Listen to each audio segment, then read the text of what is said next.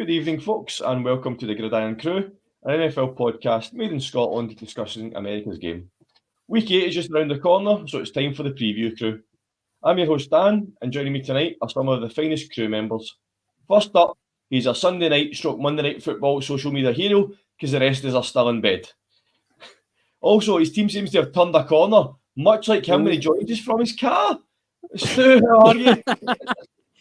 Right, I'm doing great. That was a brilliant intro. I wasn't expecting that. I love that you got that kind of. You managed to bring us on a bit of a journey there before you introduced me. I did. That's what it's all about. Nobody knows where we're going. That's the usual. That's the whole podcast normally. Right. Like no direction at all. You got off lately here.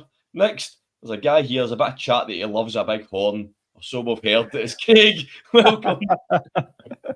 Superb. I'm good, mate. I'm good. Enjoying the weekend's football, and I'm looking forward to doing some of the previews of this weekend's game as well. So a few crackers lined up, so it's going to be a good one. Yeah, and we get an extra hours football. Clocks go back.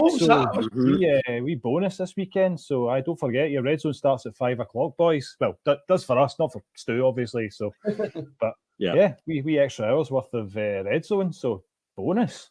I know, Stu. You might actually get company for some of Sunday night football.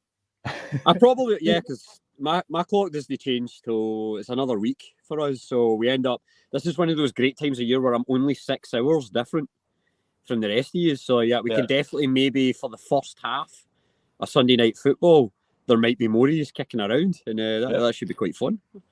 Yeah. As the Bears against the Chargers, though, so we might not just bother.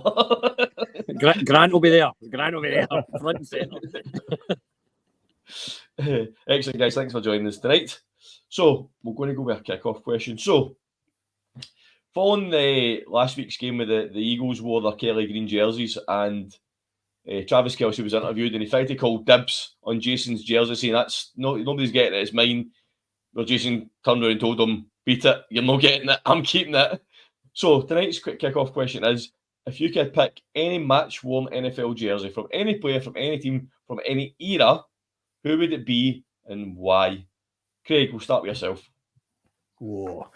Yeah, had a good think about this one. I was trying to avoid the kind of obvious answers. So, like, I think everyone would want a signed Tom Brady jersey, not only because it's probably the most sought after jersey and the most valuable jersey that you could probably get to auction off, but from like a Homer selfish point of view, like I've only recently followed the Vikings in the past maybe 6 seasons or so, but I was thinking about like legendary players that have like changed the game for the Vikings. So I'm going to go for Randy Moss, and I'm going to pick up a signed Randy Moss jersey. I think there's a few kind of modern day players that I was thinking about as well, but I would go for Moss because when you look at some of the videos of Moss at his absolute peak, he was just unbelievable. Like just such a great wide receiver. Record-breaking wide receiver, and just phenomenal talent. So I would absolutely love to get a signed Moss jersey. Thank you very much. Great shout. You wouldn't choose Sorry, go. I was just going to say, Dan, like Smudger, you wouldn't choose a Blair Walsh. I would not choose a guy that changed the game. Changed the game in massive ways. He certainly changed the result of a game for you guys back in the day, and became a bit of our group, the crew, kind of a bit of a crew mascot, shall we say?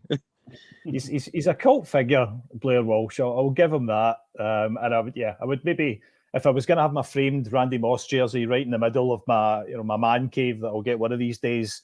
Maybe there'll be a wee space on the side for a Blair. I'll put him to the left, obviously, because he likes going to the left. So the Blair Walsh make him comfortable. Way left of the Randy Moss jersey. What I was going to say, when you say about Randy Moss jerseys, I think pretty much everybody in the NFL could have assigned Randy Moss jersey from their own team. Aye. No, great choice. Stay with yourself.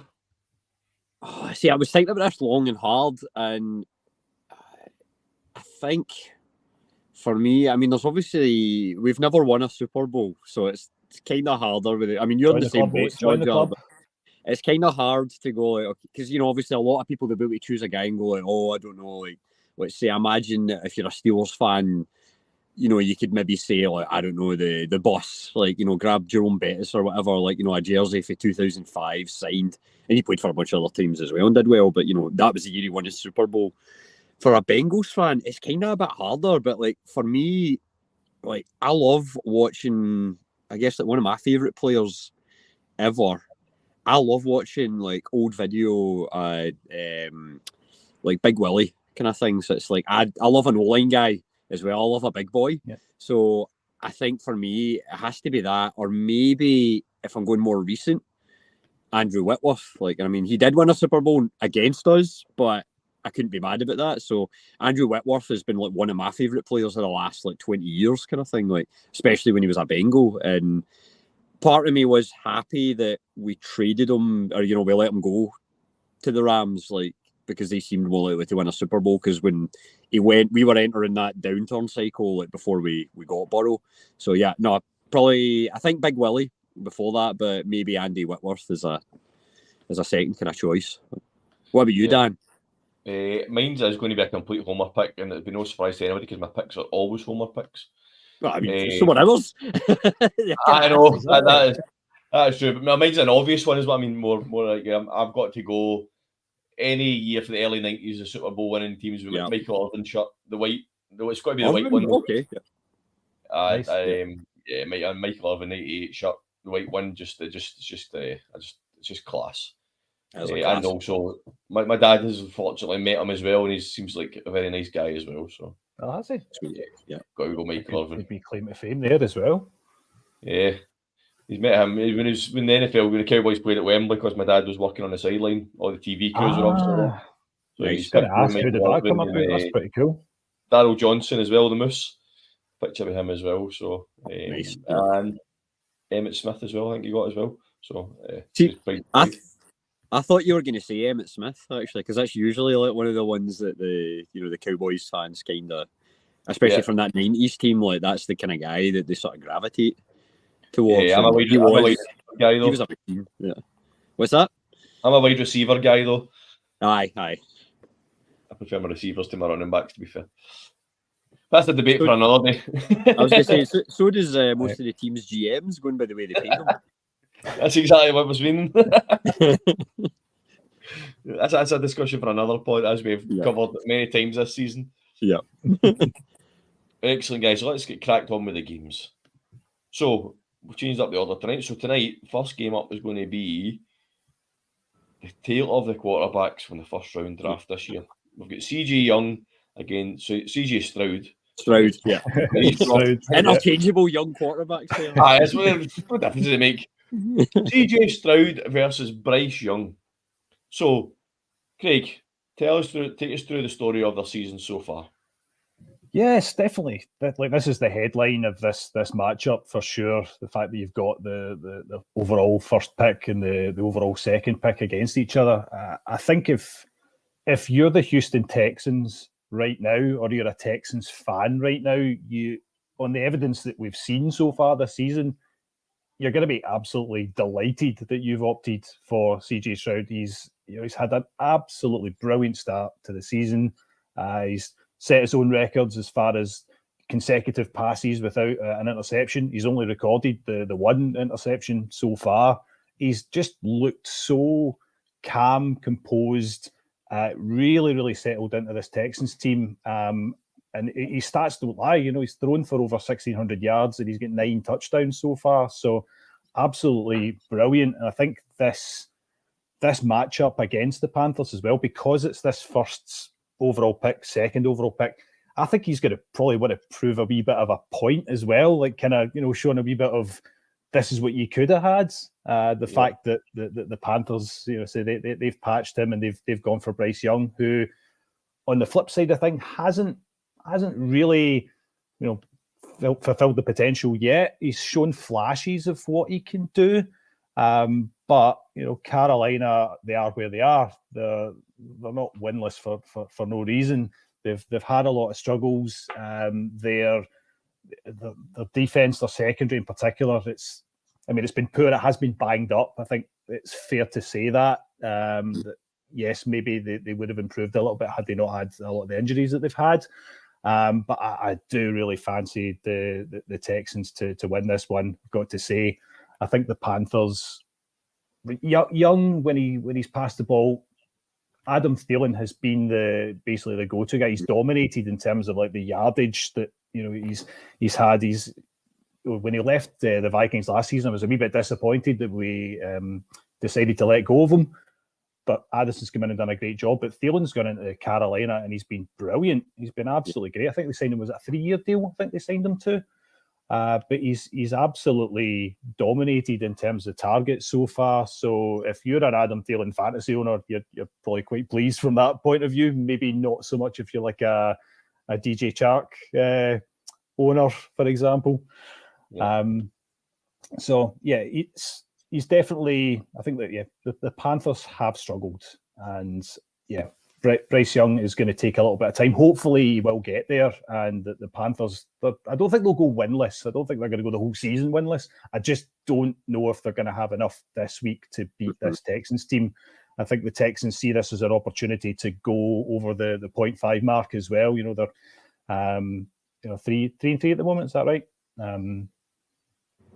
Correct me if I'm wrong. Yeah. So, yeah. Plus, I was looking as well. They're getting Tank Dell back this week. He was out last week with a concussion, so they've got another weapon that they can use. And he's already been distributing the ball really well. Guys like Nico Collins, he's led the team with receptions. I think it was against the Saints, he got 80 yards. And he's already on 547 for the season, so he's doing really, really well. And you've got guys like Robert Woods or Bobby Trees, as we like to call him. Yeah. He's still there, and he gets his first touchdown, I think, week 6 as well. So it's looking pretty good, I would say, from the Texans' point of view. They've not. I don't know what you guys think of this, like on the ground side of things. Like I'm a Damon Pierce fantasy owner, and I've been a wee bit disappointed.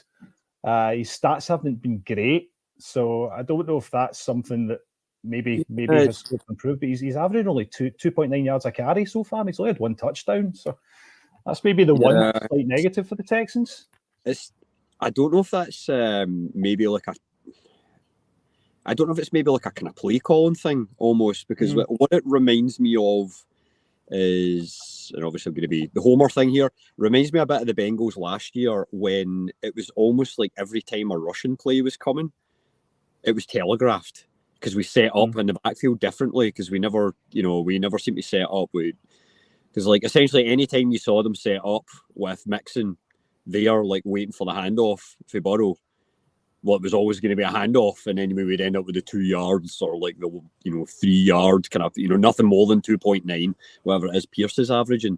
Yeah. So I don't know how much of it is maybe like from the little Texans I've seen, it almost looks telegraphed kind of thing. So maybe what they need to start doing is having more plays where they have him lining up there next to Bryce. Next to CJ. I'm doing it as well, Dan. Next to CJ Stroud kind of thing, and then it's maybe a little more disguised, like because they might run passing plays off that, and it makes it a bit harder for the opposition defensive coordinators, because I feel like it's maybe that. Because who's their second running back? Is it Singletary? Am I right? Singletary.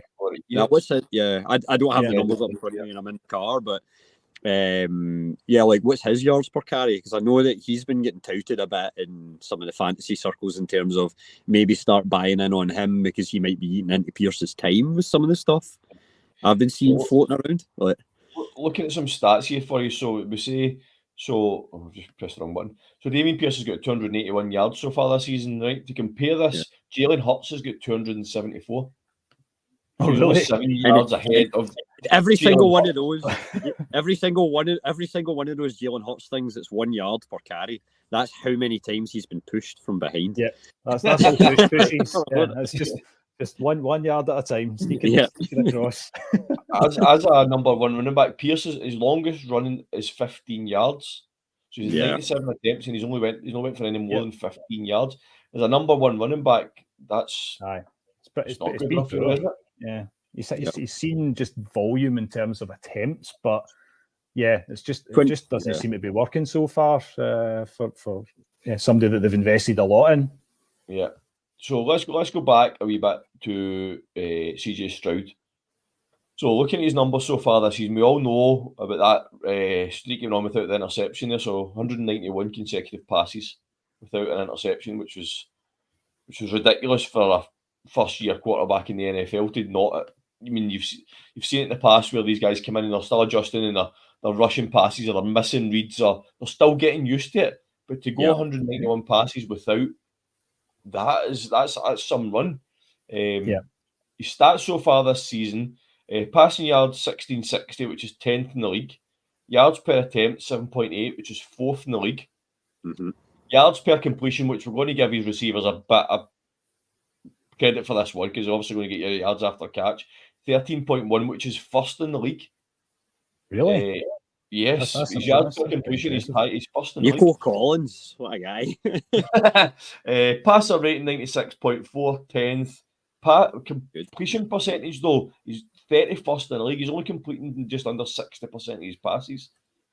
He's got 9 touchdowns, which is tied 11th, and he's top of the league for interceptions and turnovers because he's only got that one.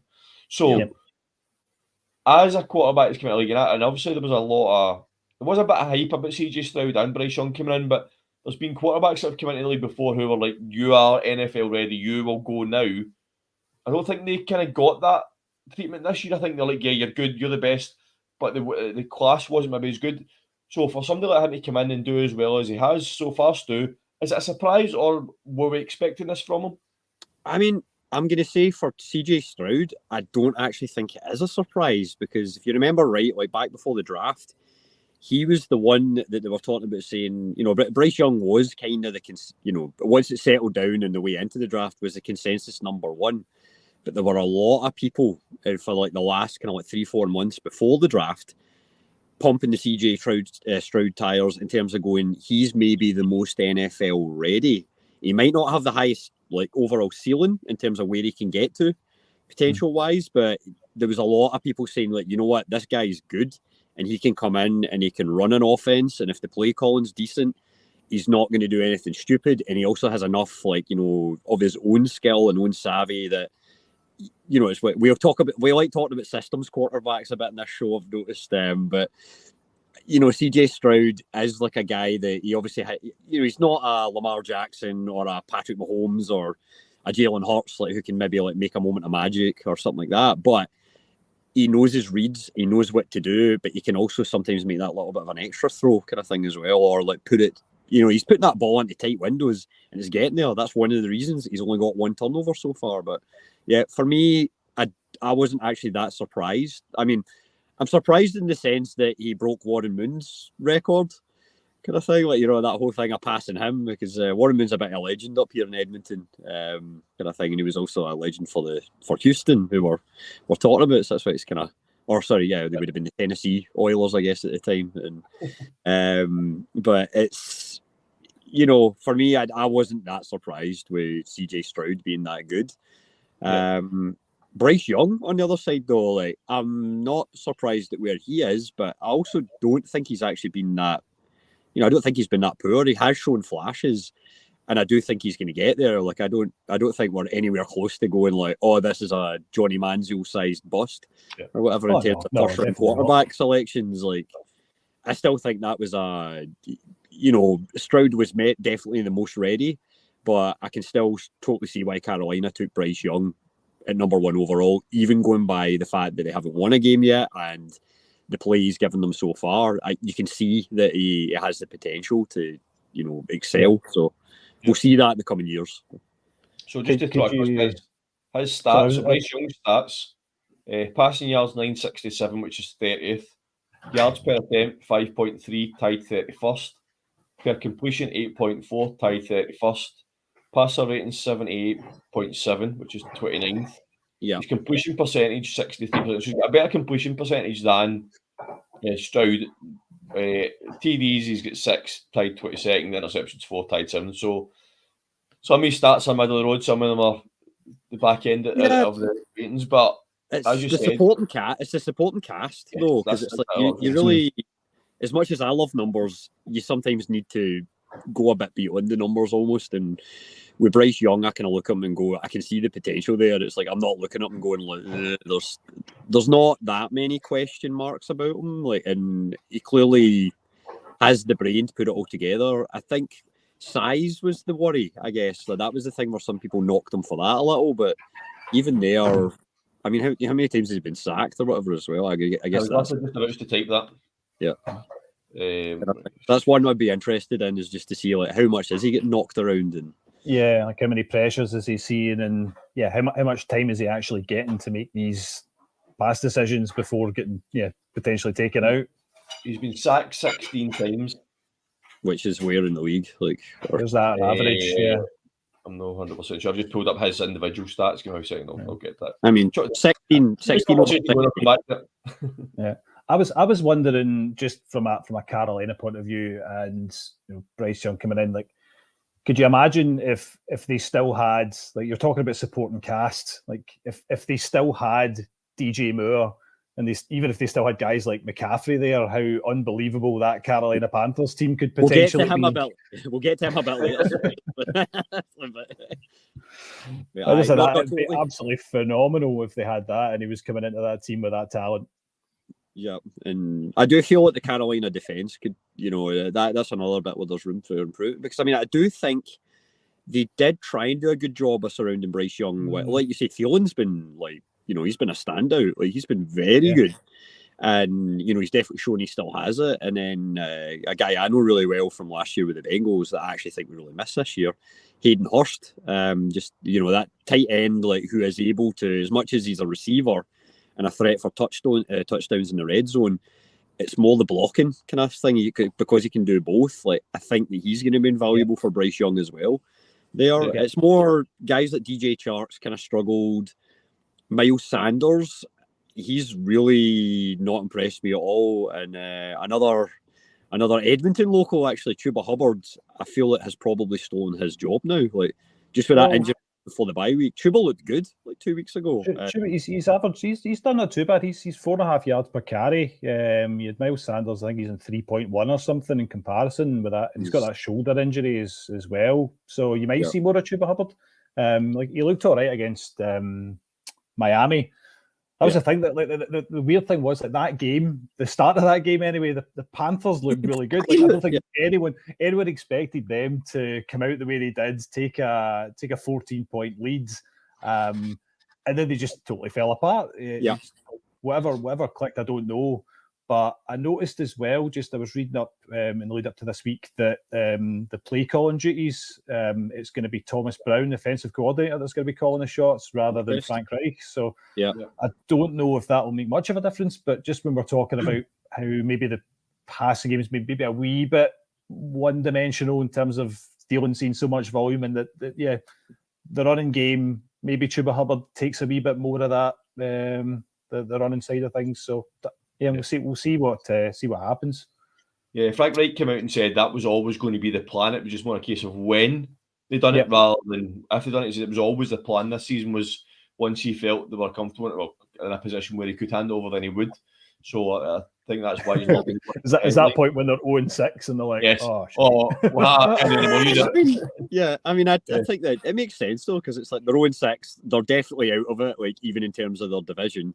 So hand over the reins, because I do think that probably, I'm not going to call that being BS, like, Frank Reich's just saying that to kind of save his blushes a wee bit or anything, but I think that's a fair point, and I think it's a very good plan, because they may as well. They've got a young rookie quarterback, new offensive coordinator that's kind of, because he came in this summer, didn't he, as well? So, like, just let him drive the bus for the rest of the year.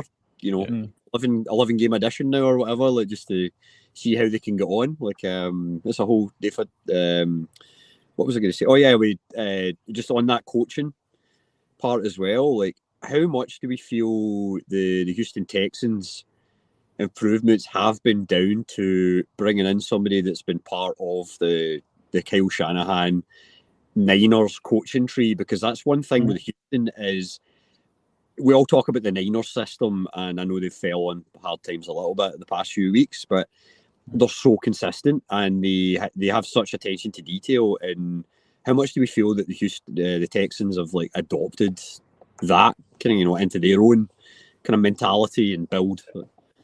Yeah, I think it maybe mentioned at some point here in the off season or this season, like it's not just the schemes that they've got at the 49ers, it seems to be the discipline that they've got as well, and the organisation of their system and their coaching. Everything is, they have a structure. And it looks like DeMeco Ryans took that to Texans. So obviously he's going to put his own spin on the plays and everything like that, but he seems to have taken that structure and that what works behind the scenes at the 49ers to an extent, and he's put it into Texans, which will be a massive, because the Texans for the last couple of years have been a bit of a shambles in terms of nobody knows what's going on with them really. And that's kind of given them that structure. And I think that, as well as the coaching side of it, I think that'll be massive for them. Yeah, I'm just trying to look at the stats as well. Like just when you're talking about coaching and discipline, I was trying to see if I could pull them up. The Texans, they've been really sensible. Like we've talked about the quarterback play being sensible, but not giving things up. Again, from a coaching point of view, I'd be really interested to see have they improved in terms of penalties they gave away, yardage that they're giving away, making themselves just more difficult to beat purely on the fact that they're not giving the opposition those free hits, those free opportunities, and those bonus yards through just lack of discipline. So yeah, I've not got the stats up to hand, but I'll definitely be taking a wee look because I think you've got to give some coaching credit there as well, and young rookie quarterback coming in, settling into that kind of system and doing so well. You've seen in the past when a rookie quarterback comes in that's coached poorly and struggles, like somebody like Trevor Lawrence, for example, who then gets a change of head coach, and all of a sudden you can see how much as a player they improve and how much as a team they improve. I think it's a very similar story with the Texans. From top to bottom, they seem to be just a completely changed organization. Yeah, the change is remarkable. The change, you think a new head coach and a new quarterback, suddenly they're a completely different team. It's just simple changes like that. So that's been a good discussion about the two quarterbacks. I'm going to flip over to the another guy from the first round, accompanied these two guys. So Will Anderson, he massive props coming out of the draft for him. We've all seen the moves that the Texans made to get him in the draft. So just pulling up his stats so far this season, 16 tackles, 8 assisted tackles, 1 sack. Have you seen much in this season, guys? How's he looking, Craig? Have you seen much of him? I've not seen huge amounts of him this season, in all honesty, but I'm just looking at the defensive stats for the Texans as well, and they are definitely they're a difficult team to beat. They've not in the season so far. Just looking at the games that the Texans have played so far, just going to bring it up. Just looking at the amount of points that they've given away. Yeah, just where you're looking up, Smudger, I was going to say, for me on Anderson, I don't know if he's fully flashed yet. Because I mean, like you're talking about that, it's like he was kind of first defensive player taken off the board, and why? Like you said, like they did what they did to move up, and that was fantastic on draft night. It was very exciting, because me and you were watching it. I think we were both talking about it during it, but he's not. Like you can see the potential and everything there, but he's only got 1 sack on the year so far, and he was kind of brought in to be like this kind of destroyer. So I mean, I don't know. I think you'll probably get. It's one of these things. It's like I was saying with Bryce Young at the other side of the ball on Carolina. You can see he has the tools. You can see he has the makeup, and he's going to get there. And again, I think because he is part of that Texas system, he's going to learn. And I think by the end of this year, we're probably going to see it and probably kicking into the second half. I expect to see him getting more pressures, getting more tackles, getting more sacks, because he'll be learning every single day in there, especially working with Ryans kind of thing. So it's because he was defensive coordinator for the Niners as well. So it's I think he's definitely going to be worked into the scheme kind of thing, and I think he's going to flash and be a bit better. But yeah, so far not quite what I expected to see from him though.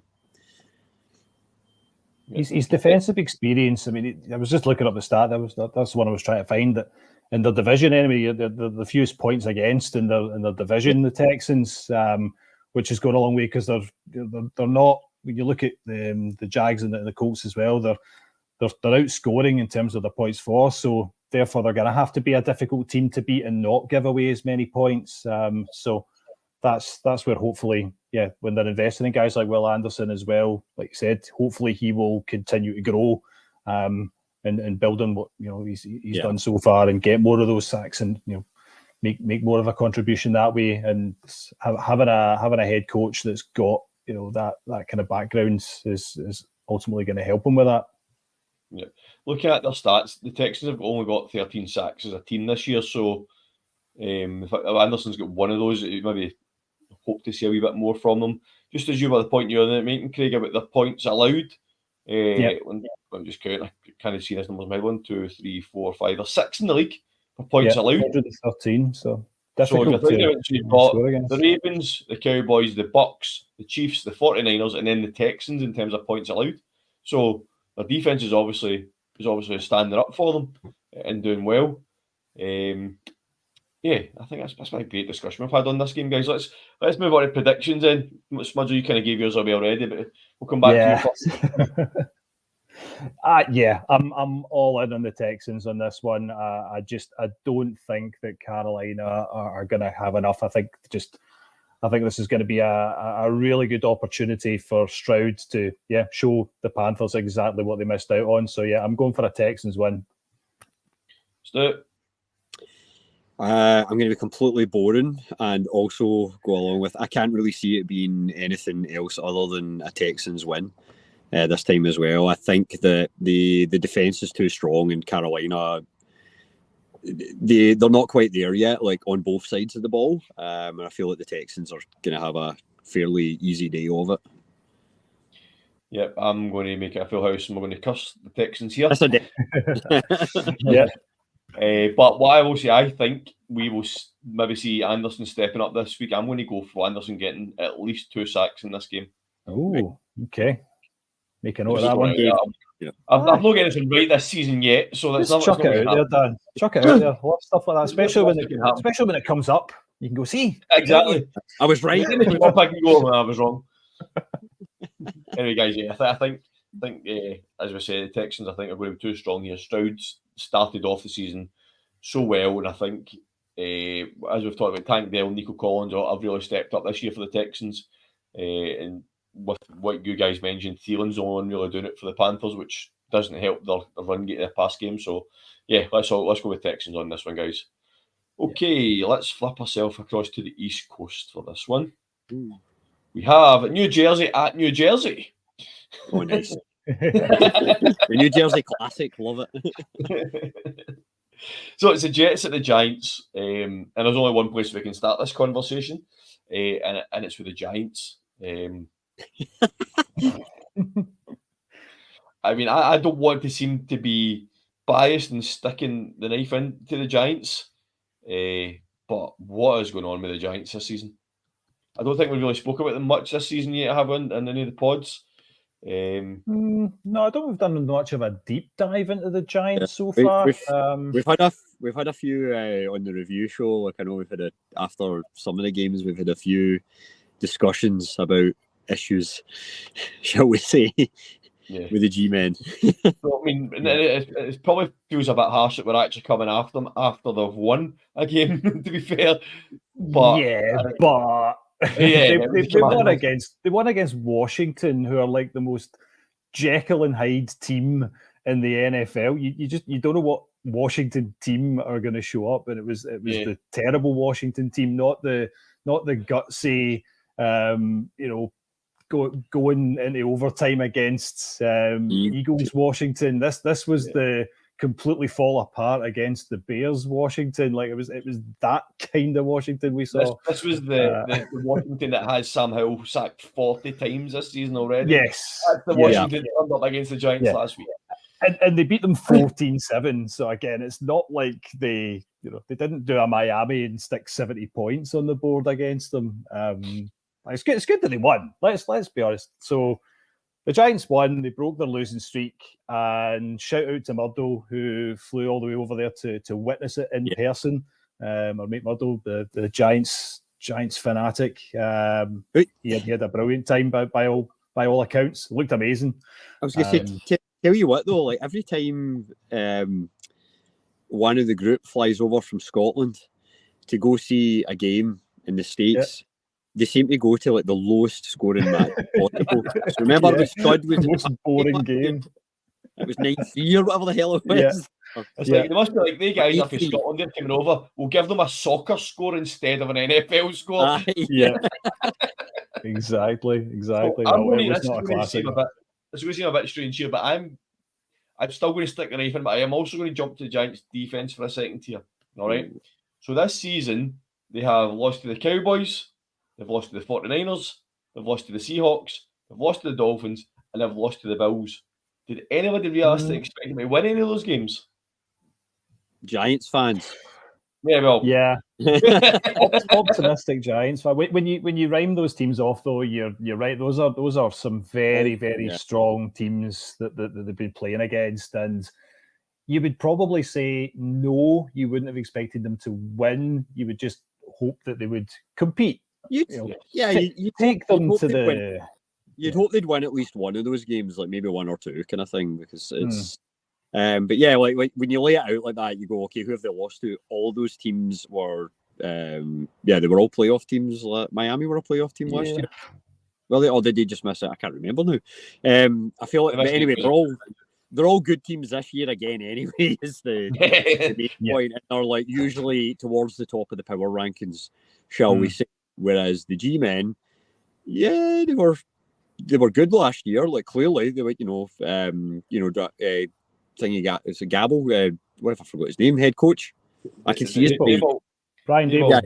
Yeah. So he won Coach of the Year last year or whatever as well. So like, they were pretty much, people were looking at them going, okay, they're going into this year. They've paid dimes. They should be kicking on. They've assembled their many-parted wide receiver core where they seem to just sign anybody and everybody, and they thought like, turn into like we'll find 3 good ones out of these 9 that we have, and hopefully that'll work out. And it doesn't seem to have happened. I mean, they do have Waller, like in he's come off his best game of the season. He's with Tyrod Taylor. With Tyrod Taylor, who's looked pretty decent as well. I mean, it's a weird one because Daniel Jones last year, when Daboll took over and Daniel Jones. In that season last year, he made Daniel Jones look amazing. Daniel Jones, I remember the Giants game against the Vikings, and Jones just ran, and he was outstanding that night. And I think maybe, I don't know, do you think that the Giants? Yeah, I think they did exceed expectations last season. The hope was that they would kick on from that, and maybe now we're seeing really where they perhaps. All along maybe should have been. Like they have some talent there.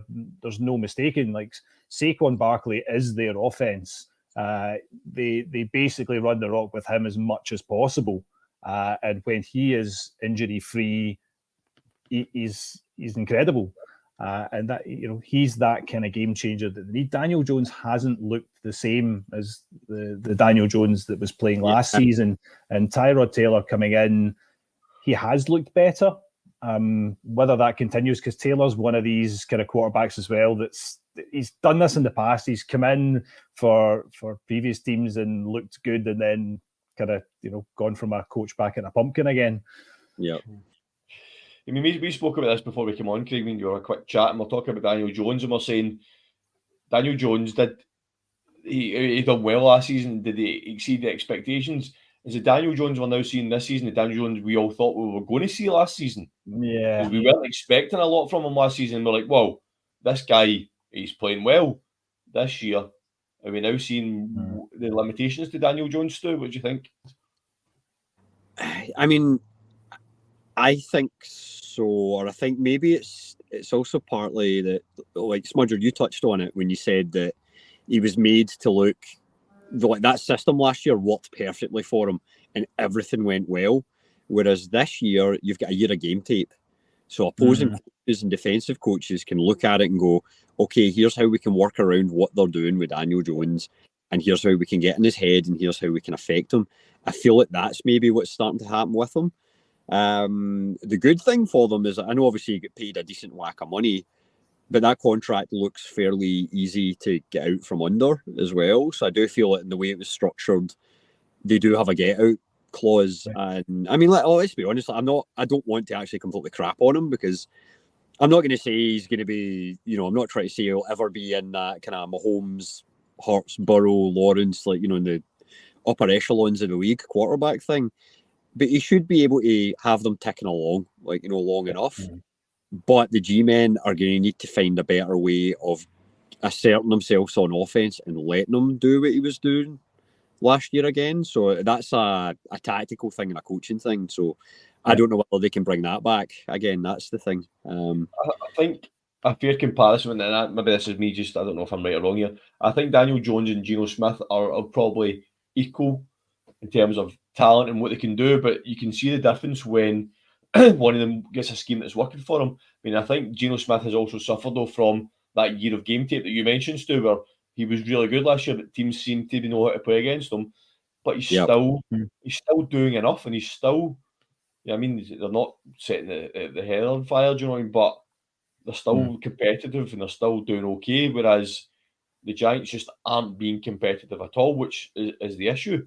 They're not exactly electric on offense. And say that game last week, okay, they won, but it was 14 points. Taylor, it looks like Jones, he's not cleared for contact. It's looking pretty likely that it's going to be Taylor again by the weekend.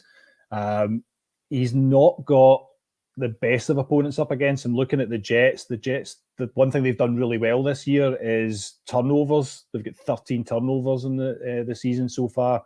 So Taylor's going to have to be really, really careful about what he does with the ball as well. He's not going to be wanting to take those risks, potentially causing those turnovers, making ambitious throws. That's where I think the Giants have to just rein it in a bit and be that little bit more sensible. And if they can lean on guys like Saquon, if they want to perhaps use the tight end safety valve and Darren Waller, that's the kind of strategy that's probably going to work best against the Jets. Because the Jets, I think, talent-wise and depth-wise, they've got loads of guys coming back as well. Like Sauce Gardner's looking like he'll be back from that concussion. He had a full practice this week, so that's good news for them. Their other cornerback, DJ Reed as well, he had a concussion, also going to be back, logged a full practice. So they're going to be up against some really talented guys in that secondary. So it's going to be really tough, really going to be a big ask, I think. And for me, it's a Jets, it's a Jets win rather than a Giants win in this one, I would say. So somebody mentioned there was Darren Waller. So I think the preview of the season, Gav was saying Darren Waller, he needs to be the guy that steps up this year. He is effectively the number one receiver, because the Giants just don't have anything outside at all. Looking at his stats this season so far, he's been targeted 49 times, and he's caught 35. So I'm just looking at that. So Daniel Jones has threw 151 passes this season, and a third of them have went to Darren Waller. He's only 380 yards, so he's still averaging nearly 11 yards a catch, but he's only got that one touchdown. So he really hasn't stepped up to be the receiver that the Giants need. But is that down to him, or is that down to play calling? Is that down to his quarterback? Yeah, I'm sure. I'm sure I read the stat somewhere that the only two players, only other two tight ends that have had more yards than him were Kelsey and I'm trying to think who the other tight end was. But it was like a ridiculous stat. Like he's right up there in terms of the amount of yards that he's been getting. I can't find it right this second. I was trying to get it there, but I kind of separate it to tight ends. I can almost get receiving yards.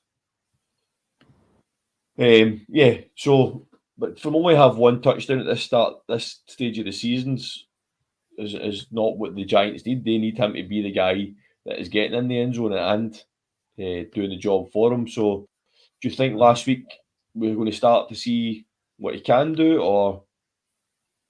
I mean, to be fair, looking at the stats, Daniel Jones has only thrown for 2 touchdowns this season. Yeah, So he's got half of well, he's not, because it wasn't even Daniel Jones that threw him the touchdown. it was Tyrod Taylor, you're right. There you go. It was Kelsey and Hawkinson. They're the only right. other two tight ends that have got more yards than Waller this season. How could you forget? Have you got their yardage? I know. I couldn't remember what tight end it was. I was just like, I was thinking.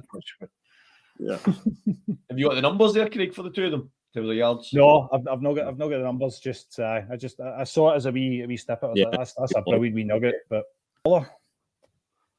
yeah, I mean, I think like, just to answer your question, Dan, like in terms of him kicking on, like, yeah, Darren Waller is undoubtedly talented. But I mean, he managed it, and he was a huge guy for the Raiders for the last few years.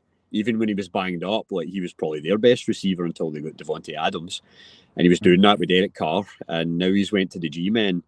And again, he's still like going. I know his numbers aren't particularly massive, but they're still pretty decent. And if he's the third best, like in terms of yards, maybe not touchdowns, if he's still like third top in yards for tight end, like receptions, that's pretty good kind of thing. So, but. Yeah, I mean, it's more down to will he step up in touchdowns? That's more down to can the G-men get into the red zone more often. Like, he's getting those first downs and he's getting them up the field a bit with our Darren Waller is, but it's more once they hit the red zone. I think the G-men are kind of grinding out to a halt there. And, we see that with the win last week, 14-7. It's a low-scoring game. They're clearly not. They just don't have the high-powered offense. And what happens in the red zone is it's a bit easier to clog up and stop Darren Waller. Like, if you're able to, like, okay, cool, let's just double team him because he's probably the guy they're going to go to, like, because he's such a big body. Like, I would expect him to end the season with more than, 2 or maybe 3, whatever pace he's on for touchdowns. I'd still say he's probably going to uptick. We're going to see an uptake or an uptick in touchdowns, but. Yard-wise, I think he'll just keep doing what he's doing, and that's pretty decent by the sounds of it. So, I'm going to take the lowest scoring team in the NFL, by the way. 85 points. It's actually not even close.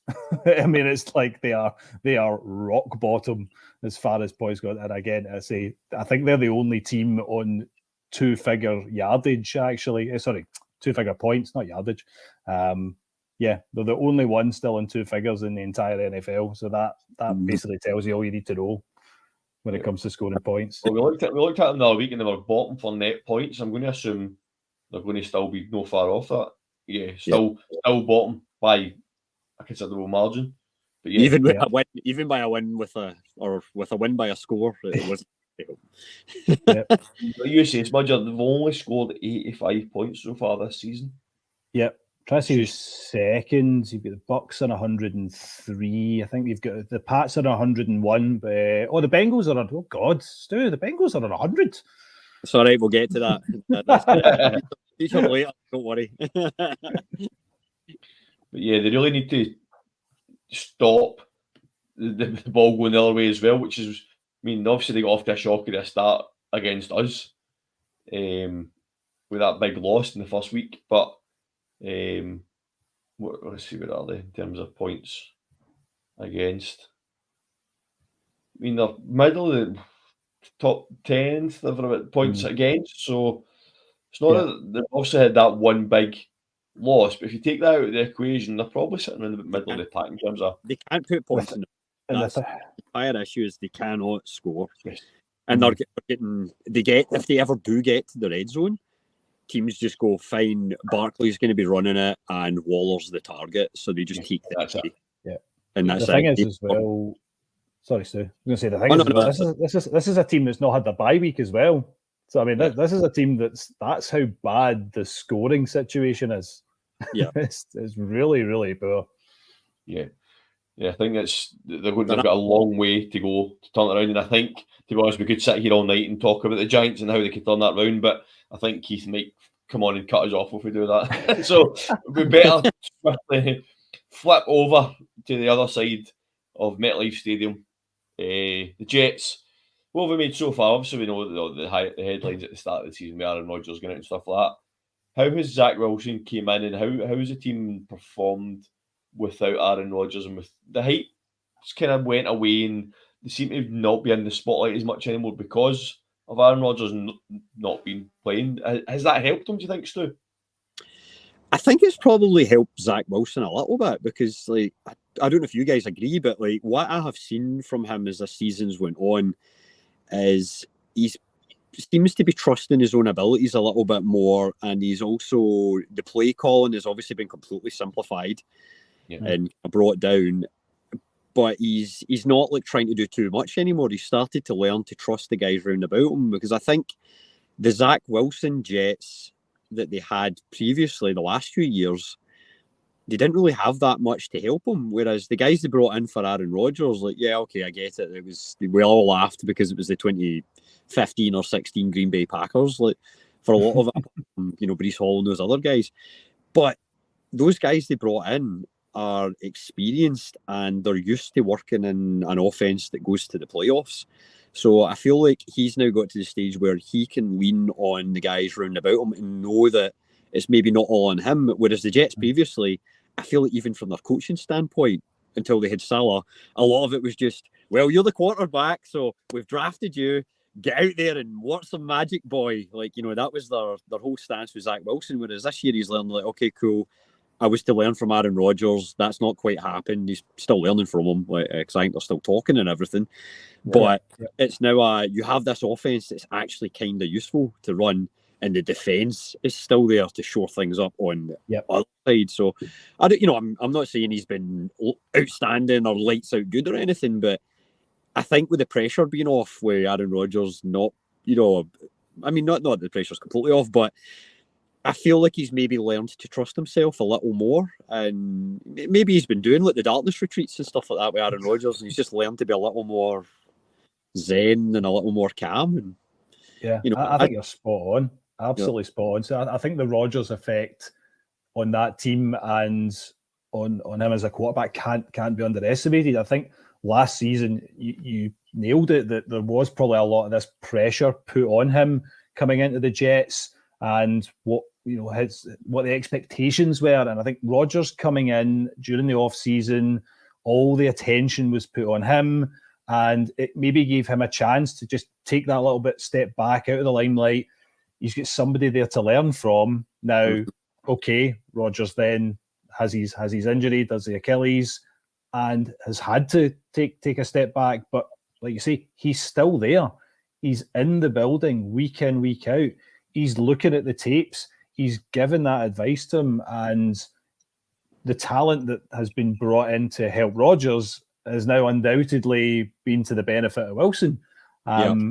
So that all these things combined, I totally agree. I think that has really benefited him, and I think because of the Rodgers injury so early on in the season, and because that completely changed the expectations of what the Jets were going to do, in a weird way, again, it takes the pressure off him, because nobody's expecting him to come in and be Aaron Rodgers.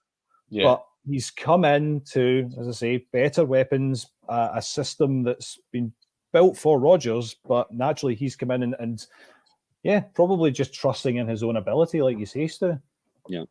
I think a point as well. I think this was very clever from Aaron Rodgers, and it shows his experience. And I think it took a lot of pressure off Zach Wilson. I remember when he got injured. I don't know if it was when he got injured, or in fact it was before he got injured. And he said, "Look, I'm here for a year or two, and then Zach Wilson is the future franchise quarterback of this organisation." So he basically gave Zach Wilson that confidence boost to say, "Look, I'm here, but you are the future of this organisation." And just something as simple as that, and what you say, I'm learning from Rodgers, and even just Rodgers, he's maybe just giving them wee pointers here and there. That's going to make a massive difference to someone like Zach Wilson, who probably confidence was shot to pieces and potentially was wondering, where's my NFL career going? He's a completely different player this year with, like you say, Rodgers is there, he's in the building, he might not be playing, but you can see the impact he's having on Zach Wilson. Yep. Even if he's just winning the locker room as well. I mean, there was all the kind of controversy last year, like what he said in the media during the interviews, and what his teammates around him were showing in terms of what t-shirts they were wearing and all that kind of daft stuff.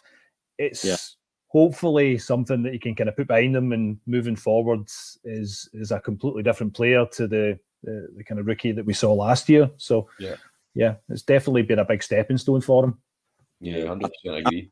I think that whole the organisation as a whole has taken big leaps the last few years, because the Jets, let's face it, for a long time, like apart from I guess that kind of period like 2000 to 2008, 9 or 10, like kind of in there when they had Sanchez, and I know everybody likes to laugh about the butt fumble, but that Jets team, like they were tough for like to play against, and I like even the Patriots. I don't think they they like to beat them, but I don't think they enjoyed playing them as well, just because they were a good team. And I think if the Patriots weren't in their division, they might have had a chance at winning a Super Bowl back then as well. But after that, I feel like the Jets just descended into disarray for a good decade or so. Yeah. And this is as we're finally seeing in the last 2 years, they've come out the other side of it. And that stuff last year with Wilson, I realised some of that he brought on himself.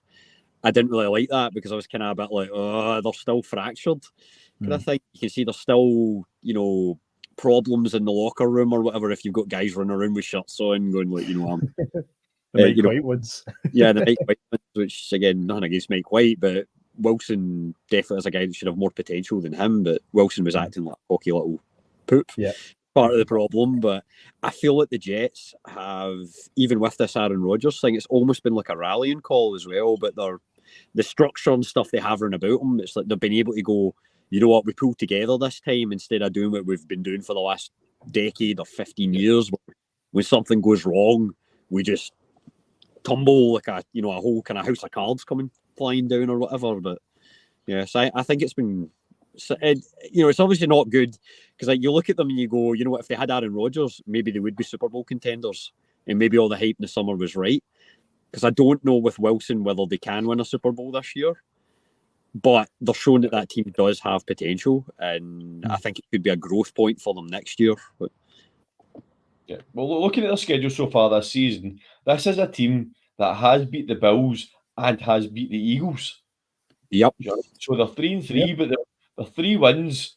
They beat the Bills, they beat the Eagles, they beat the Broncos. Fair enough. I mean, yeah. The Chiefs only beat them by 3. Broncos. The Cowboys blew them out, and the Patriots beat them in a 5-point game. So, apart from the Cowboys game, they've been in every game so far and have beat the Jets, beat the Eagles and the Bills. So, and that is without Aaron Rodgers. I mean, he lasted 6 snaps or something. So, yep. Yeah, they're 3-3, but they're showing that they can win big games. And that can only be a good thing for them. I mean, they're just unfortunate they're in this division with the Dolphins, right, which we all expect to run away with the AFC East. But is that second spot up for grabs? The Bills aren't the Bills. We've spoken about that. Yeah. Can they get a second spot in that division? Who wants to take it? I'm not 100% certain, because okay, like you look at that division, the Dolphins are still top 5 and 2. The Dolphins they've shown they can score points. They can score points for fun. We all know that, but we also know they're capable of losing games. The Bills haven't really been the Bills we've expected them to be, but I can't see the Jets getting into the mix in that division. I don't know if I see it. I think the Bills and the Dolphins have got too much still. Yeah, it's a tough one, but I think both of those teams are definitely going to finish above them in that division. I think they'll finish third. I don't think that, for all that the Pats have shown some signs of life in recent weeks, I'm just not 100% convinced that that's going to happen this season. But for me, it's still Bills and Dolphins in that division. I'll counter that and I'll say, do you know what? Ooh. I think the Jets can come second, because the Bills, they're still, ever since the game against us last year and what happened in the playoffs, they still look discombobulated. There's like something weird going on, and Hurts is still Hurts and Diggs is there, but I think all things considered, I think when it gets down to it, I look at the Jets and I just see a team that is becoming more consistent. Like you just said there, Dan, apart from the Cowboys game, however, like most of it, they're in it like, it's been one score, like 3 points, 5 points, kind of losses like that, where they're in every single game. Whereas the Bills, I don't know. I always sometimes you're like, oh yeah, they're all world, and then other weeks you just go, nah, they could lose, kind of thing. The Dolphins are going to win the division for sure, but I think the Jets. I'm not saying they will, but they definitely could win or not win the division. They could come second. Yeah. Will that be enough to make the playoffs? There you go. Will that be enough to make the playoffs? I don't know, because I feel like there might be one of the other divisions or a couple of the divisions that have three teams. So, but I could see them come second. And if the Jets come second in the division, like, what a building block to have going into next year. Yeah. Looking at the Jets schedule for the rest of the season, sorry, Kevin, come back in a second. So they play the Giants obviously this week, then they've got the Chargers the week after. I'm not going to go through them all, but games that you would say are risky for them between now and the end of the season. They've got the Bills and they've got the Dolphins twice, and well, the Patriots. But we know the Patriots already beat them. But that's the last game of the season. I think the way Patriots are going, that's not a risky one. So, of all the games they've got left, at least half of them are winnable. If they can finish round about where we're talking 9 and 8, it's going to be close between them and the Bills. Yeah, because I mean, because I imagine that just by the whole strength of schedule thing, the way it works for the next season, you don't need to go into detail with it, but I imagine that the Bills have a far harder, like, row to hoe than the Jets do the rest of the year. So I don't know. Maybe the Jets do make the play. Maybe they go 10-7. Like, what a story that would be! Like, you know, it'd be great. Like, they'd be a one and done team. I will go out there and say that, but imagine they make it to the playoffs, and imagine the G-men just abysmally crash and burn. Like, how it would change to being a green town. Can you imagine the Jets being in the playoffs and the Giants and the Patriots being the number 2 and number 3 pick in the draft? The heads would just explode. So just quickly to touch on the Bills' schedule. So you get the Bucks, the Bengals, again 2 tough games. They should beat the Broncos. And then it gets tough. Jets, Eagles, Chiefs, Cowboys, Chargers, Patriots, and they finish with the Dolphins. That's a tough second half of the season for the Bills. So I'm going to go with you this one, Stu. I think the Jets, if they can keep doing what they're doing and staying consistent and not making mistakes, and basically hanging in games. You've seen it against the Eagles. They just hung in there and then took their opportunity. Yeah. If they can keep doing that, I think they can get the second. Well, you say it becomes a playoff thing. Depends on other games, other divisions. But right. I think we better move on. We're at an hour already. Have we even hit the Bengals game yet? I mean, that's why I'm moving on. Right? We're moving on because I know Keith will be on the chat saying, "Hurry up, guys!" So quickly, predictions, Craig. Jets win. I don't think it's going to be a high-scoring classic. I think it's going to be a low-scoring affair. I think that's safe to say. But yeah, Jets are going to win this. Yeah, I think Jets are winning this. I'm going to say the Jets win it by more than a score. I think 10 or 11 points. And I feel like the defense for the Jets is getting, I think they're getting a pick 6. Go out there, stick on at the bookies. There you go, 5 on pick 6. Why not? I was going to go the same sort of margin. I think they keep the Giants to 1 score. I don't think the Giants, even if it might be a couple of field goals, I think they keep the Giants to no more than a touchdown, so no more than 7 points. And I think the Jets can put a couple. I think I'm going to go about 20-21-7. That's what I'm going to go for the Jets. I feel roughly in that zone. 21-10 was what I had. Yeah. Right, let's move on. Stu, I'm not going to give this a game any build-up. I'm not going to give this game an introduction. I'm going to let you do it all. Okay, well, Oh, sorry, do you know what? Sorry, I forgot. I have something. I am going to give this game the curse I have given every game for the last 3 weeks on the preview crew. This is game of the week, surely. Cursed it again. Do you know what? No, it's game of it, and I'll get into this. I'm not going to mess around and go into huge backstories or anything, because you're right, Keith will be murdering us, but it's going to be game of the week if my man on the opposition team And I think I've turned into a total Niners fanboy because I've been going on about like DeMarco Ryans. I didn't even go into how I held myself back with Salah going, he came from the Niners system as well, or whatever. But there you go, I've done it now. If my man that I love on the other side of the ball from the other coast, if Brock Purdy can clear concussion protocol and make the game, then I think it's game of the week. If he doesn't play and it's Sam Darnold, yeah, I think look out. Like, ex-New York Jet, Sam Bengals. Darnold, ex-Carolina Panther, Sam Darnold. Like, look out. If Sam Darnold plays, it's game of the week if you're a Bengals fan. Yeah, Yes. totally. Like, I'll be less worried. I mean, the Niners are still the Niners, so I'll be less worried if it's Sam Darnold. I'll put it that way. But no, like looking at it on paper, and I mean, it's one of these things where, see, if you'd asked me 2 weeks ago about this game, the Bengals going up, like, going to face the Niners, I would be saying, even us having the bye and Joe Burrow coming out of it and possibly being healthier and T. Higgins' ribs being better, like both of them are full participants now in practice, like they're good to go. They're not on the injury report at all. So I would have looked at it and went, even with those guys coming back, the Niners are going to absolutely shellac us because they were playing so well for the first 5 games of the season. And then since I started bigging up the Niners about 3-4 weeks ago, what's happened? They've started.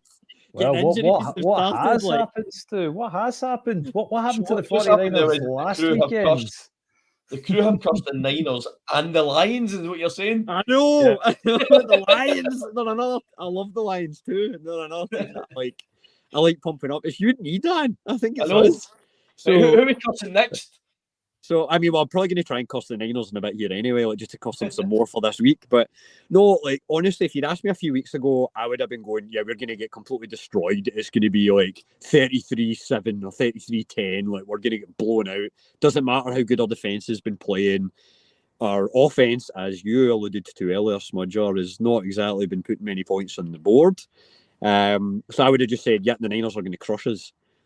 But after the last few weeks, and as much as I've been going on and on and on about this vaunted Niners system and how good it is, I feel like, some cracks have started to appear. Yeah. You boys, you beat them the other night. And certainly did. I know that, obviously the Niners, they did have injuries and there's things going on, but we can't take anything away from Primetime Kirk and what he did to them in his favourite time of day, like in prime time. So, you watch them pick that the defence apart. And with the Niners, like, where they, like, the one place I would say they struggle, and even when they were doing well earlier in the season, I was looking at them going, they need to get help at cornerback, possibly at safety, because where they seem to be giving things up is, like, just in that passing game. Like, the run defence is good. The pass rush in theory is good, because obviously of Bosa, but they've not quite been getting home as often as the Niners defence was last year. Yeah. And I think that was almost summed up, like, not to keep talking about the Vikings game, but there was do you remember the last? I was going to say, were you going to talk about the Niners defense, and you're saying that they haven't performed and they need some better maybe cornerbacks or a defense that can hold on to the ball. I don't know if you saw Addison's touchdown run, where he basically took away from what? They need cornerbacks the guy's hands. Yeah. I think Ward done that for his first interception. He ripped it. I don't know. I can't remember which fight. Who was it? It was Addison. Was it Addison? Ward took it away from. Yeah, I think it's because Addison that lost that interception and then he ripped it back and like a vengeance. Yeah, next drive he was like, "Nah, screw you guys! Like, I'm doing what you did to me." But no, what I was going to say was that final drive, the Vikings, when they went up to kind of get the points that would win them the game. I don't know if you remember, there was part of it where the Niners pass rush came in and the pocket collapsed, and I honestly couldn't believe, like, I just saw it, and you saw Bosa getting free. He was kind of like pushing a guy, gets out the way, and you saw like all the purple kind of just everything converged, and I thought, oh, they're screwed. But it seemed to be in there for about 2 or 3, or maybe not 3 seconds, but like 1 or 2 seconds. And all of a sudden, the ball somehow flies out. Yeah. They get a first down.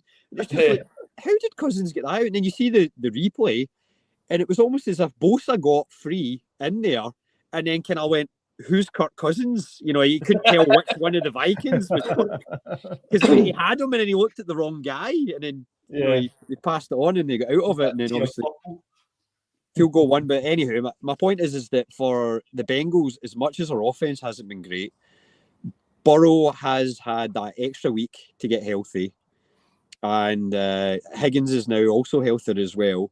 So I expect our wide receivers to be a lot better, and that is the one area that the Niners' defense especially struggles in. I think, like when I was looking at the stats before this game, like they are 90. I think they're what they're looking at. They're 19th. They're tied for 19th in terms of their defense against wide receivers in the league. That's tied with the Steelers.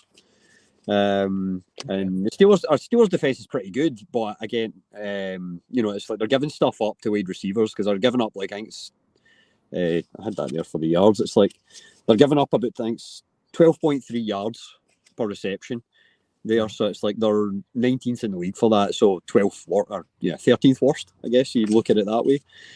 On the other side, where the Niners are still going to be doing really well though, and somewhere where the Bengals struggle a bit is the run game.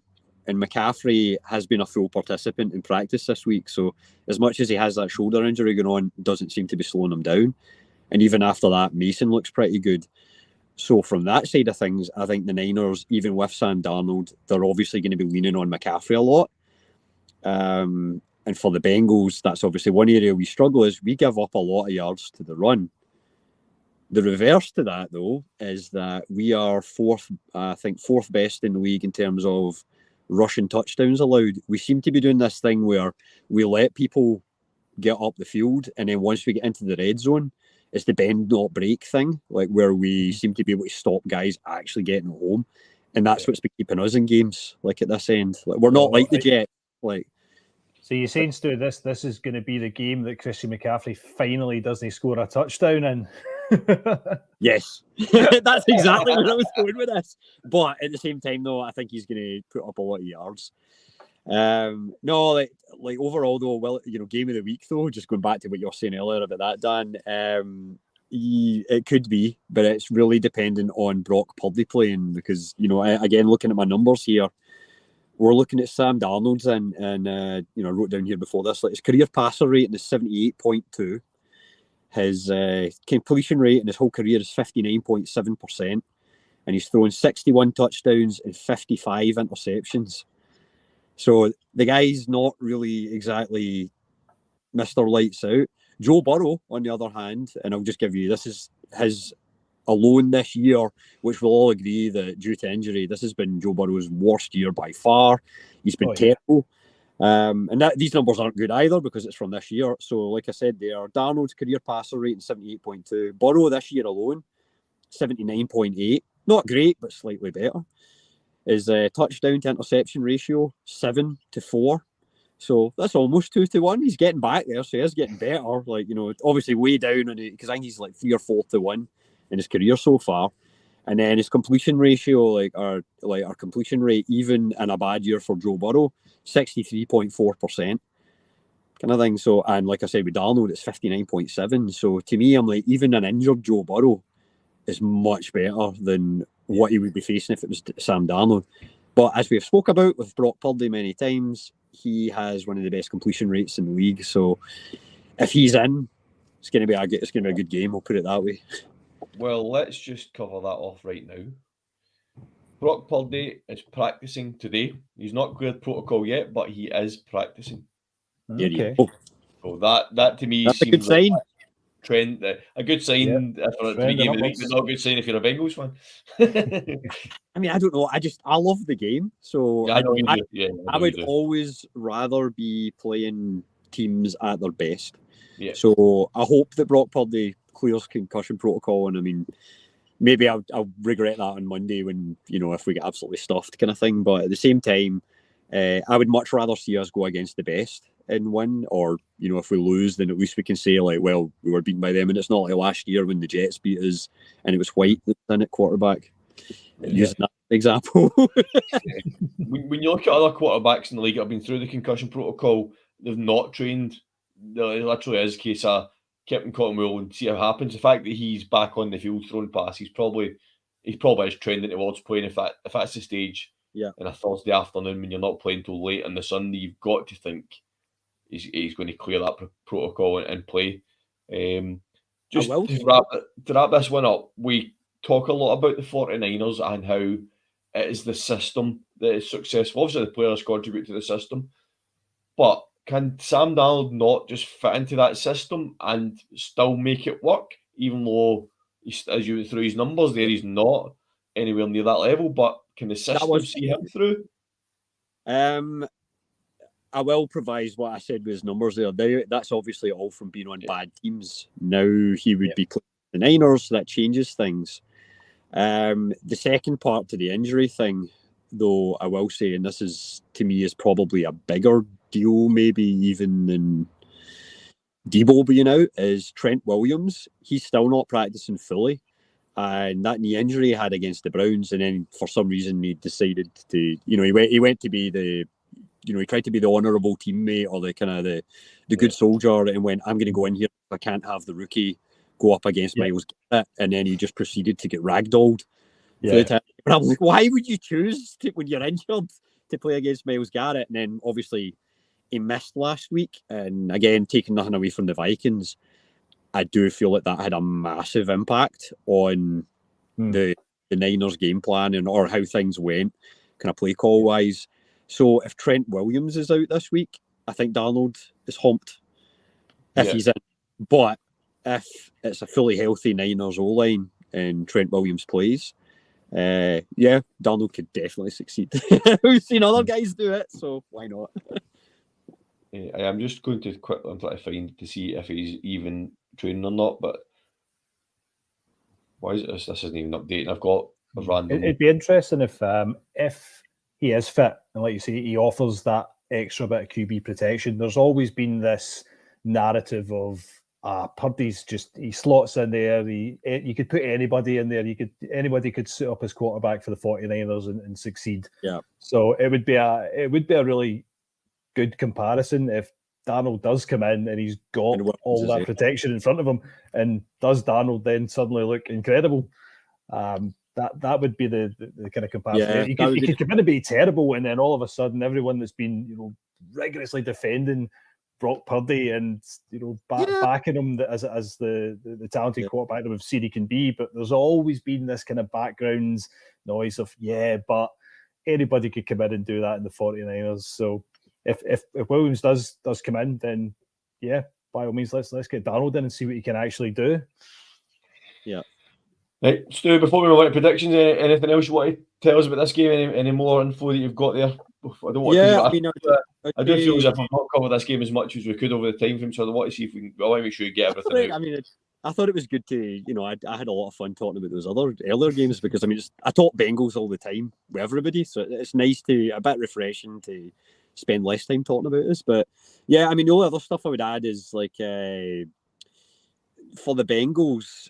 That's the one thing, again, going back to the quarterbacks and Trent Williams being out, is I don't know what it was. I know going into the bye week, and obviously things will have changed now because other teams have played. Going into the bye, we were maybe not in sacks, but we were fourth in the league in quarterback pressures. So that's something that we have been doing pretty well. Our defense has kept us in it. That's why we're 3-3. And if Williams is out, if we can keep getting pressures, because Hendrickson has now started getting sacks again, which he wasn't really getting last year, I think that we've got guys that can get home and they could get to Purdy or Darnold if Williams is out. If Williams is in there, kind of changes things. They'll still be able to get the pressure in, but Williams is such a good, I think he's the best left tackle in the league.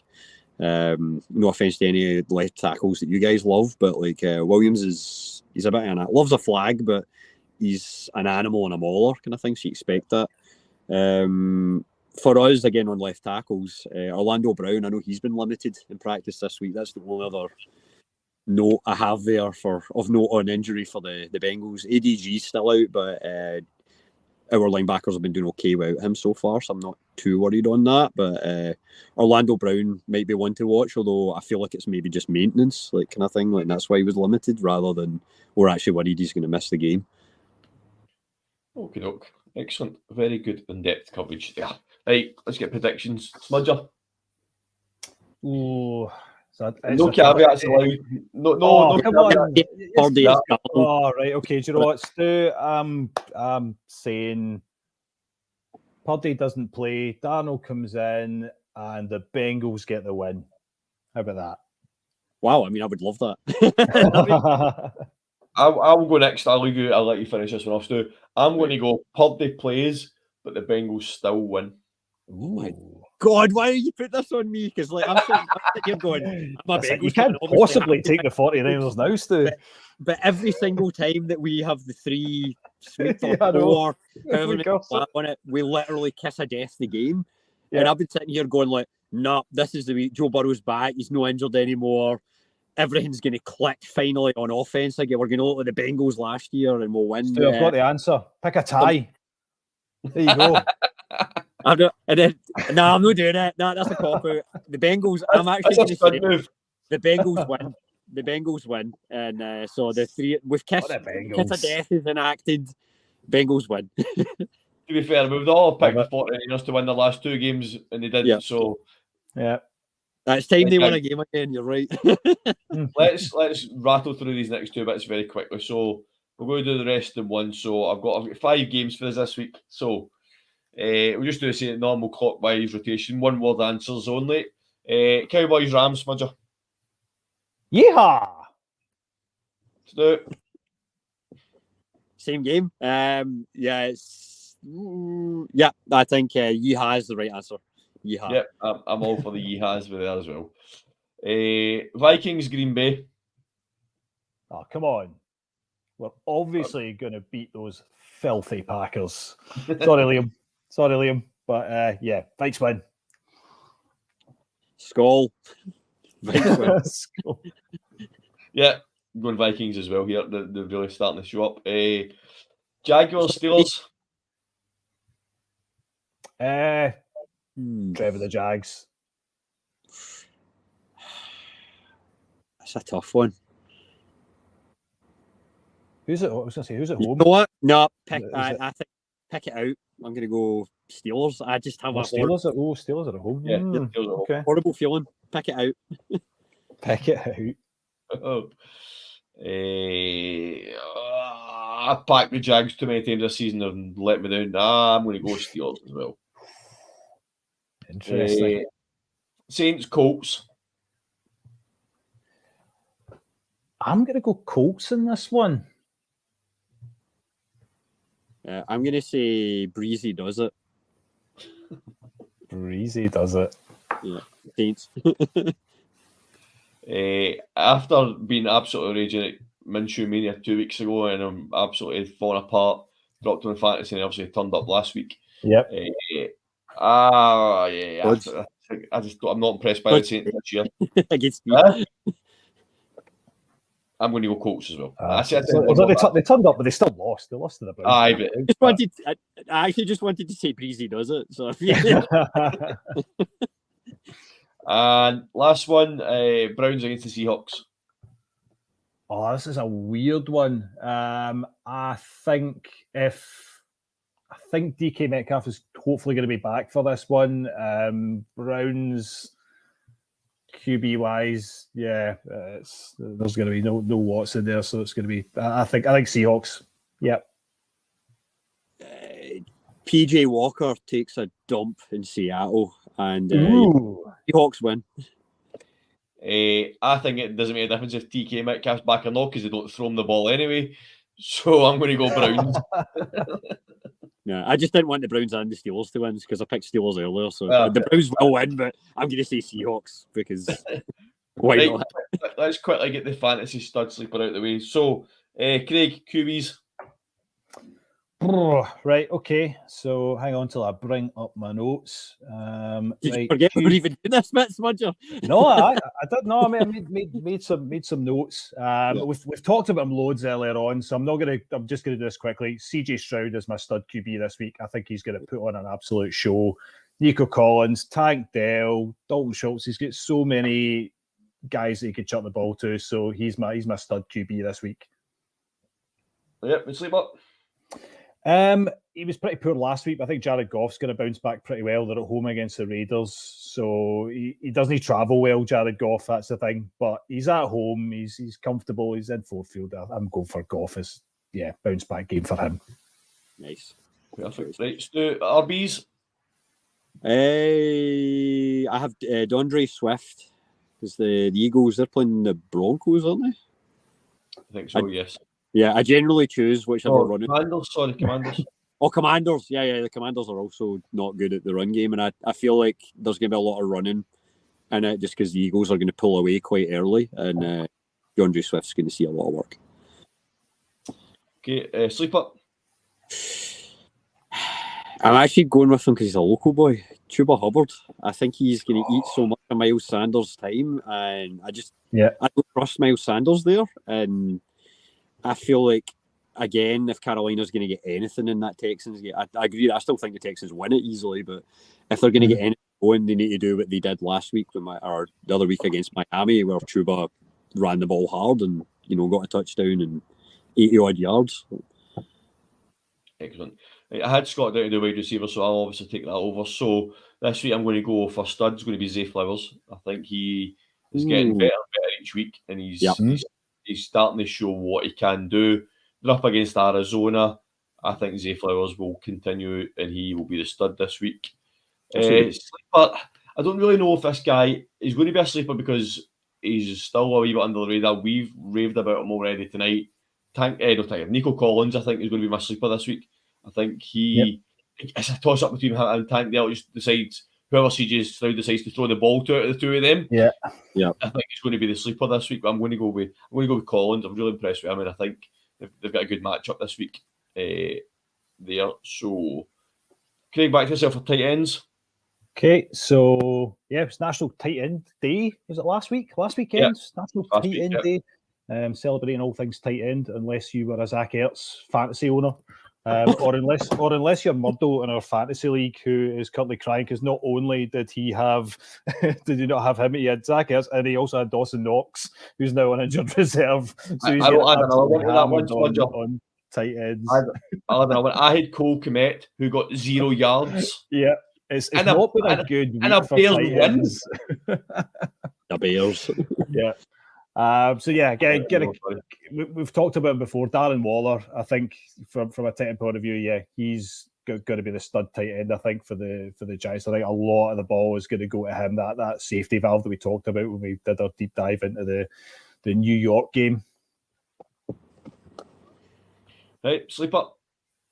So I didn't talk about this player earlier on. I intentionally didn't when we did a deep dive, but he caught my eye just from one play when the Panthers took that surprise lead against the Dolphins. Plus, he's got one of the best names in the NFL, and it's Tommy Tremble. Right? Now, he made this unbelievable, in the air splits jump over Xavier Howard, and he had his first touchdown, I think, 2 weeks ago. Now, he's sharing the snap count at the moment with Hayden Hurst, but they've had a wee bye. I think you might start to see him potentially taking more of the share. So he's just maybe one to keep a wee eye on. But he's just got a brilliant name. Tommy Tremble's like. Oh yeah. I think the name reminds me of he's like one of the opponents that you would be up against in Punch Out. Like remember the Nez Punch Out game where you had all these guys you were fighting. Like Tommy Tremble just sounds like a guy like that you would be up against. What the name reminds me of? He's that huge defensive lineman that somehow intercepts the ball and runs it back. Just imagine them Tommy trembling down the field. Yeah. Yeah, love it. Actually, back to myself for these. This week, I think I've picked 2 studs. I think this is a problem. And I'm only going to I can't really call one of them a sleeper, but I know I need to. So, the stud this week I'm going to go with is the Jets. I think they're going to just we've already spoke about it, and I don't think the Giants are going to really struggle in the Jets defense, getting Gardner back. I think the Jets are going to really dominate that game. And the only classification I can give this team as a sleeper is because of who they're playing. I'm going to go with the Bucks. The Bucks have the 3rd best defense in the league in points allowed, but up against the Bills, I think people would maybe not expect that to go. They're probably both studs. I'm not going to argue that, but I'm going to go Jets, Bucks, 2 studs. I'm not going to pick a sleeper. I'm breaking the rules, but I'm making the rules tonight, so it's okay. And Stu, we need to finish off, as always, with the kickers. Kickers. Okay, I'm going with my stud of the week. I think Fairbairn. We've picked loads of things for the Texans game. It's kind of hilarious. Yeah. We done the same with the Raiders last week and it didn't work. Yeah, well, Kemi Fairbairn, I think I can see him getting a decent amount of points this week as well, because I feel like, even with the Texans scoring well and everything, they're another one of these teams I look at that sometimes they get to the red zone and they maybe can't quite punch it home, so they'll kick the field goal instead. So I'm picking him for stud of the week. For sleeper, I'm going to go with... I've been choosing between a couple of guys for this one. I'm going to go... he's not really a sleeper, actually, because the other guy I had written down was Aubrey, who isn't really a sleeper as a kicker at all. The guy's been lights out fantasy wise. So I'm doing the same as you, another another guy to go for, kind of thing. But I guess if you're looking for somebody off the waiver wire, McPherson's back this week. He should be available in your waiver wire. Good shout. So, bonus kicker. I'm just glad you didn't pick Riley Patterson for the Lions, because Scud's picked him the last 2 weeks and he's done nothing for my fantasy team. Yeah, no, I would pick Patterson. I mean, yeah, he should be good, so I don't know if I'm going to pick him as a sleeper either. But anyway, guys, thanks very much. We have had a long pod tonight, but I think we can justify it. I think we have had a lot of very good discussion tonight, and we've covered topics that I don't think we've covered this season yet. And I think we've got a good few deep dives into teams and players tonight, which I think that's a justification to Keith that we've went a wee bit over tonight. I think we'll get away with it. I think we'll get away with it based on the quality that we have produced tonight. Absolutely. It has been top draw tonight, the discussion, guys. I have really appreciated your company tonight for these discussions. So thank you very much. No worries. Nope. Thanks everyone for listening. Sorry, there you go. You say, thanks for having me on. It's been a pleasure as always. It's always a pleasure. Always a pleasure. To everybody that's still listening, thank you very much for hanging on to the end, and I hope you've enjoyed the discussion tonight. Catch us all the usual social places at Irn-Cru. You'll catch us wherever you get your podcasts. And until we're back next week with the review crew, which I'm sure the guys will make sure isn't as long as tonight was, we'll catch you there. Enjoy week 8. Remember, clocks go back on Sunday. Red Zone's at 5 p.m. and we can all keep Stu company for Sunday night and Monday Night Football. Good night, folks, and I'll catch you later.